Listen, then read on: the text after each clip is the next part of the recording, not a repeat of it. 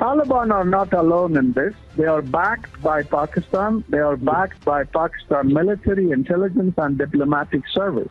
For as long as America is unwilling to publicly acknowledge the malign role of Pakistani, and just say that they are dealing with the Taliban, this problem is not going to be fixed. The Taliban are the hand. The brain is the Pakistani establishment, ISI and the army.